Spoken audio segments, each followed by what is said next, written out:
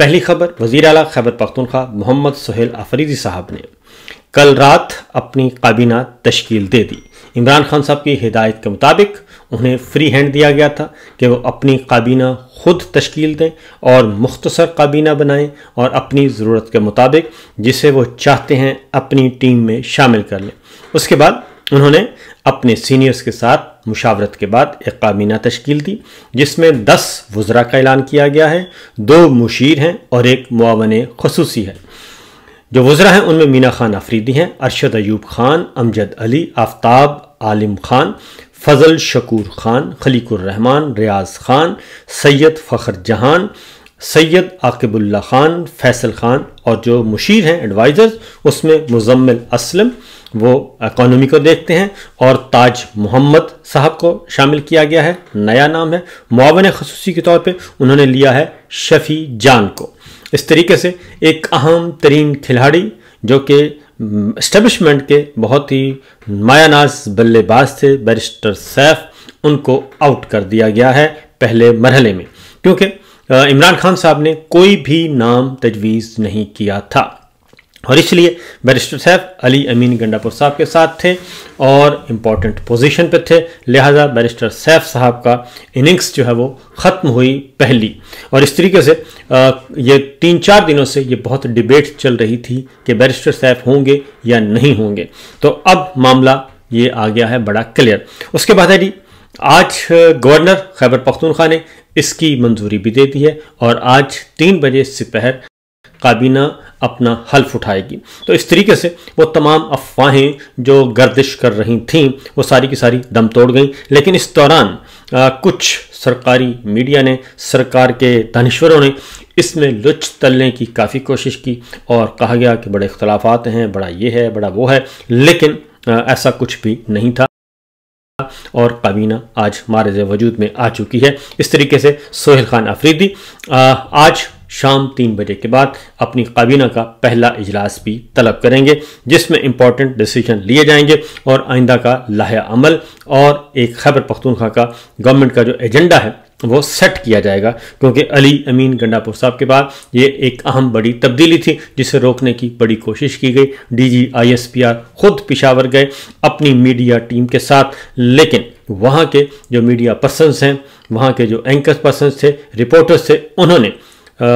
DG ISPR साहब को knockout किया और ऐसे सख्त सवालात किए जिसका जवाब उनके पास नहीं था और उस प्रेस कॉन्फ्रेंस के बाद काफ़ी नेगेटिव इम्पैक्ट पड़ा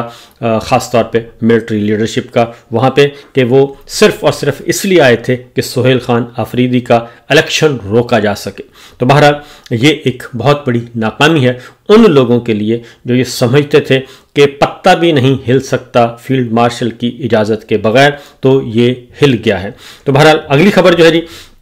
वो है ख़ास तौर पे मुआहिदा इस्तांबुल, वो भी खैबर पख्तूनख्वा से मुताल्लिक है। एक और बड़ी कामयाबी हासिल हुई है, वो कल खुर्रम ज़ीशान सेनेटर जो हैं सेनेटर के तौर पे मुंतखब हो गए, कारकुन हैं। अगेन ये कहूँगा कि वो एक पॉलिटिकल वर्कर थे, पहले मरहले में वो ड्रॉप हो गए थे जब इलेक्शन हुआ था, तो उसमें खुर्रम ज़ीशान साहब को ड्रॉप कर दिया गया था और लेकिन अब शिबली फराज साहब की सीट खाली हुई और उनको डिस्क्वालीफाई किया गया है, सज़ा सुनाई गई है 9 मई के सो कॉल्ड मुकदमे में।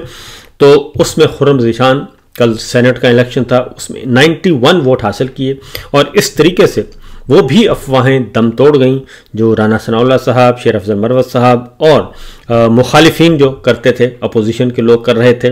और बड़े बड़े दावे किए जा रहे थे कि जनाब फारवर्ड ब्लॉक है, बहुत बड़ा फारवर्ड ब्लॉक है। फिर ये भी खबर दी गई कल भाई लोगों की तरफ से कि एक जिन्हें गवर्नर खैबर पख्तूनख्वा तब्दील किया जा रहा है, शेर पाव साहब को लाया जा रहा है और वो सिर्फ गवर्नरशिप के लिए नहीं आएंगे बल्कि इसको कुछ और भी दिया जाएगा, कोई और जिम्मेदारी सौंपी जाएगी।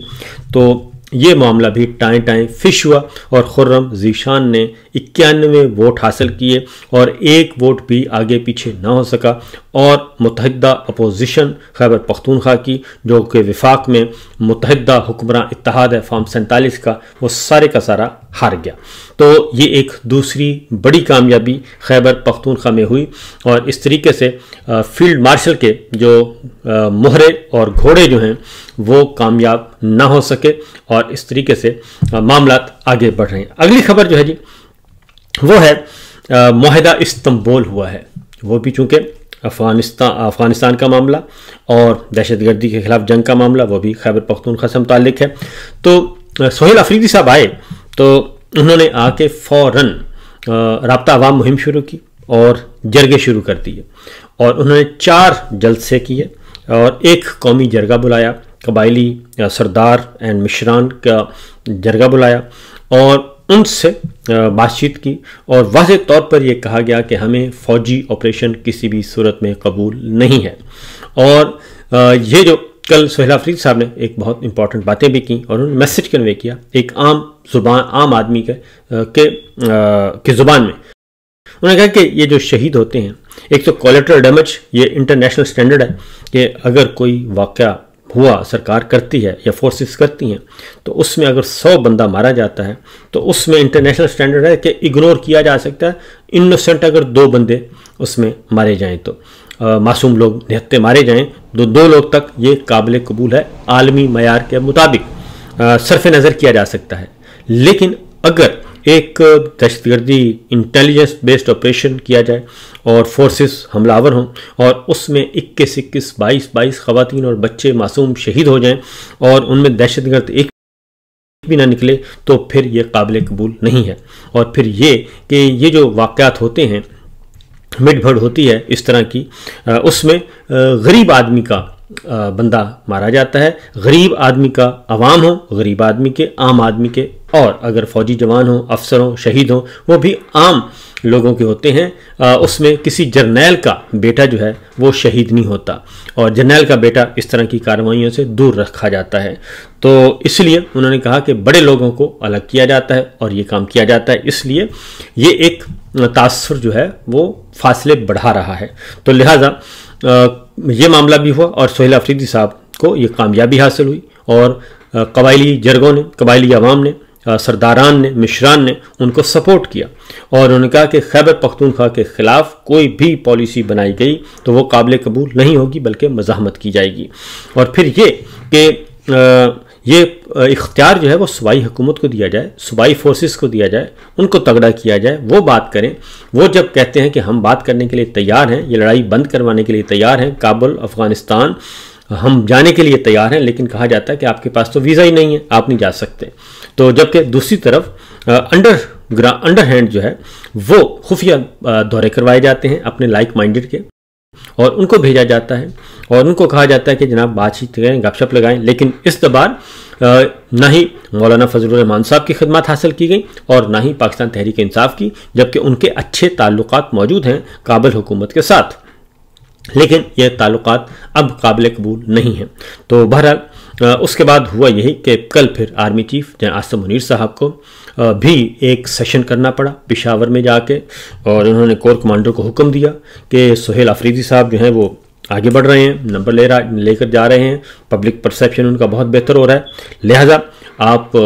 बुलाएं कबायली सरदारान को, मैंने भी मुलाकात करनी है। लिहाजा कोर कमांडर साहब ने हुक्म की तामील की और उन्होंने कुछ सरदारान इकट्ठे किए और उनसे मुलाकात करवाई। उनका ये हाजिर है जनाब जो, तो उसके बाद फिर फ़ोटो सेशन हुआ और उसके बाद फिर एक ख़बर जारी की गई कि जनाब वो जनरल साहब के साथ हैं सारे के सारे कबायली सरदारान, लेकिन उनमें एक तस्वीर ज़ेर गर्दिश है और वो तस्वीर उसमें शायद वह सही है या गलत है,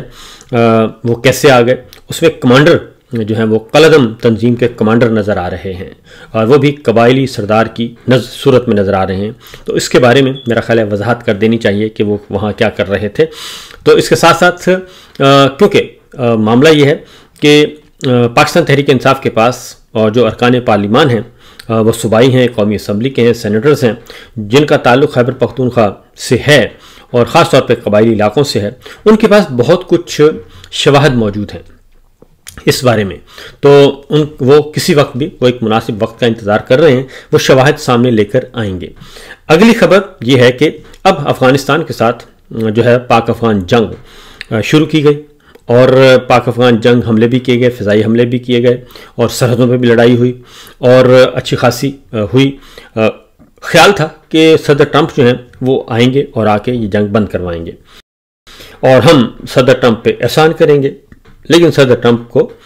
पाक अफ़गान जंग से कोई नुकसान नहीं है, बल्कि वो चाहते हैं कि पाक अफ़गान जंग हो। उसकी वजह है कि पाक अफ़गान जंग होगी तो सी पैक जो है रूट वो डिस्टर्ब होगा और सी पैक रूट डिस्टर्ब होगा, सी पैक रूट बंद होगा, पाक चाइना ताल्लुकात में कशीदगी आएगी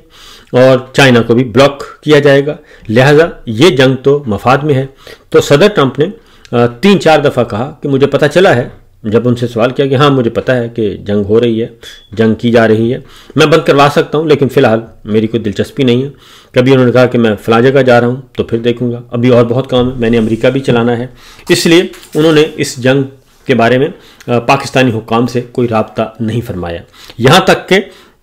ऐलान किया गया, पहले दोहा मुज़ाकरात हुए और इसके बाद इस्तंबुल में हुए। इस्तंबुल में 3-4 दिन मुज़ाकरात होते रहे और इधर वज़ीर दिफा ख्वाजा आसिफ साहब फॉर्म 47 के वो यहाँ बैठ के खाली फायर करते रहे और धमकियाँ देते रहे, बड़के मारते रहे और वो उनकी पूरी कोशिश थी कि किसी भी तरीके से मुज़ाकरात कामयाब ना हो। तो 3-4 दिन के मुज़ाकरात के बाद ऐलान कर दिया गया मुज़ाकरात की नाकामी का और उससे पहले माहौल बनाया गया व्हाट्सएप ग्रुप पे कि ये ज़रा ख़बरें फैलाई जाएं, चलाई जाएं, नशर की जाएं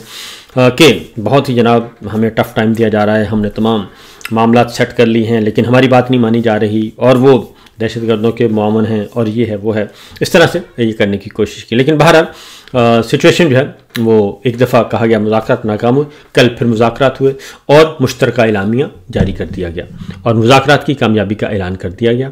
और इसमें जो अफसोसनाक बात है, हमें जो अफसोसनाक बात वो अफसोसनाक ही है, उसकी वजह यह है कि कहाँ पाकिस्तान जो है उसका कद काठ इतना बड़ा था पाकिस्तान का कि पाकिस्तान अमेरिका, नेटो और बैनुल-अक़वामी फोर्सेस के दरमियान सालसी करवा रहा था और सहूलतकारी फैसिलिटेशन हब था इस्लामाबाद और रावलपिंडी। ये इस वक्त हमारी अब से 3-4 साल पहले इमरान खान साहब के दौर में, ज़्यादा दूर नहीं, इमरान खान साहब के ज़माने में की बात कर रहा हूँ, तो हब था और तमाम मामलात इस्लामाबाद और पिंडी में हल किए जा रहे थे और अच्छा खासा चौधराहट थी कि जनाब चीज़ें हो रही हैं, हल किए जा रहे हैं। तो लेकिन अब क्या है, अब अफ़गानिस्तान का और इस्लामाबाद का जो मसला है, काबुल और इस्लामाबाद के या तो दोहा में होते हैं या फिर इस्तंबुल में हो रहे हैं और गारंटर हैं हमारे बिरदर इस्लामी मुल्क, वो गारंटर्स हैं। और जो मुश्तरका एलामिया है पहले कतर ने जारी किया, दोहा ने, वहाँ से जारी हुआ वज़ारत ख़ारजा कतर ने और उसके बाद आज वज़ारत ख़ारजा तुर्किया ने मुश्तरका एलामिया जारी किया है और इससे बड़ी डिक्लाइन हो नहीं सकता आपकी खारजा पॉलिसी का, आपकी दिफाई पॉलिसी का, आपकी दाखिला पॉलिसी का, नाकामियों की दास्तान है पिछले 3 साल। तो मुश्तरका एलामिया जारी किया गया जनाब। पाकिस्तान और अफगान तालिबान जंगबंदी जारी रखने पर मुत्तफिक हो गए हैं और पाकिस्तान और अफगान तालिबान के दरमियान यानी पाकिस्तान और अफगानिस्तान के दरमियान मुज़ाकरात पर तुर्किया की वज़ारत ख़ारजा ने मुश्तरका एलामिया जारी कर दिया है और मुश्तरका एलामिया के मुताबिक तुर्किया और कतर की सालसी में पाकिस्तान और अफगानिस्तान के दरमियान 25 से 30 अक्टूबर तक इस्तंबुल में मुज़ाकरात हुए। ये मुज़ाकरात दोहा में 18 और 19 अक्टूबर को तय पाने वाले जंग बंदी मुआहदे को मजबूत बनाने के लिए मुनक़िद किए गए और एलामिया में ये कहा गया कि फ़रीक़ैन ने जंग बंदी के तसलसल पर इत्तफ़ाक़ किया है। जंग बंदी के नफाज़ के क़वाइद व ज़वाबित 6 नवंबर से इस्तंबुल में होने वाले मुज़ाकरात में तय किए जाएंगे। फ़रीक़ैन ने जंगबंदी पर अमल दरामद यकीनी बनाने के लिए निगरानी और तस्दीक का एक मुश्तरका निज़ाम तश्कील देने पर भी इत्तफ़ाक़ किया है, जो किसी भी खिलाफ वर्जी की सूरत में ज़िम्मेदार फ़रीक पर जुर्माना आयद करने का इख्तियार रखेगा। एलामिया के मुताबिक सालिस ममालिक तुर्की और कतर ने दोनों फ़रीकों के मुस्बत किरदार को सराहा है और कहा कि वो खित्ते में अमन व इस्तेहकाम के लिए अपने ताउन को जारी रखेंगे। और ये सिलसिला शुरू हुआ और पाकिस्तान ने अफ़गानिस्तान से मुज़ाकरात दोबारा शुरू किए और कहा गया कि तुर्किया की दरख्वास्त थी, तो मैं समझता हूँ तुर्किया की दरख्वास्त के साथ साथ पस मंज़र में ये भी था कि जनाब हम इंतज़ार कर रहे थे वाशिंगटन से कोई कॉल आएगी और हमें कहा जाएगा, कोई पेंटागन से कॉल आ जाएगी, कोई अमेरिकी वज़ीर ख़ारजा की कॉल आ जाएगी, कहीं ना कहीं से कोई फ़ोन आ जाएगा, तो उसके बाद फिर हम ज़रा कहेंगे चलें ठीक है जरा आप कहते हैं तो हम फिर मान लेते हैं। हालांकि एक रात पहले जनाब अता तारण साहब ने एक लंबा चौड़ा ट्वीट किया सोशल मीडिया पे। उनको भी शायद नहीं पता होगा कि उनके उसमें क्या लिखा था। तो ये 100 प्याज भी खा रहे हैं और 100 जूते भी खा रहे हैं, और ये पिछले 3.5 साल से मुसलसल हो रहा है। 100 जूते 100 प्याज, कभी प्याज खाना शुरू कर देते हैं, कभी जूते खाना शुरू कर देते हैं, और इसलिए ये कई 100 जूते मुकम्मल कर चुके हैं और कई 100 प्याज मुकम्मल कर चुके हैं। और मामला सिर्फ इतना ही है कि नकम्मों की, नाअहलों की एक फ़ौज भर्ती की हुई है और वो ये काम करवा रहे हैं जनाब।